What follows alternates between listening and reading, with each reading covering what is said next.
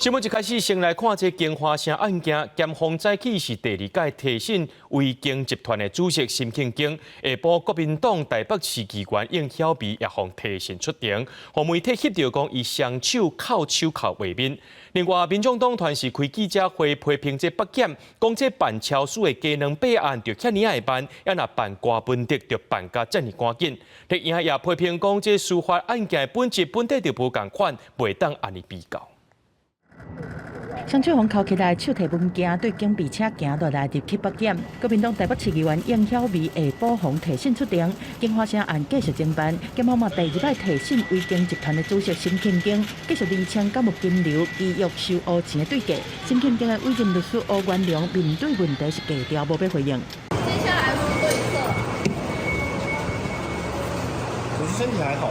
检方小连续2天，阁提审包括民众党主席郭文铁、台北市前副市长裴进升等被告，要来交车比对警司，阁共无来继续搜证。11是第一摆以证人身份，团台北市的前副市长嘛是现任高雄市的副市长林清盈。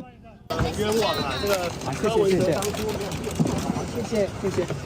面对媒体态度是真低调，正前威京集团辛庆京要指涉瓜市府的官员讲摕乌钱，林庆盈要主动发声明，重申迄当阵是反对金华城的容积率换算到679%的立场，即马到北检作证含说明，信后请回。面对检方侦办的动作，民众党团早起开记者会，批评北检办超市拢是办甲干那牛，办瓜问题都有够紧，表示讲会提案甲特产会预算抬调，而且评估安怎处理法务部和北检的预算。为什么现在整个北检全部都是柯文哲的消息，每天放了那么多话，那么粗暴，那么标数预算的会期，所以我们会删除中央畜产会的预算，他一定要交代清楚他的责任，追究相关的人。超私案就是我刚刚说的第一个类型，围魏救赵。司法案件每个案件的本质是不同的。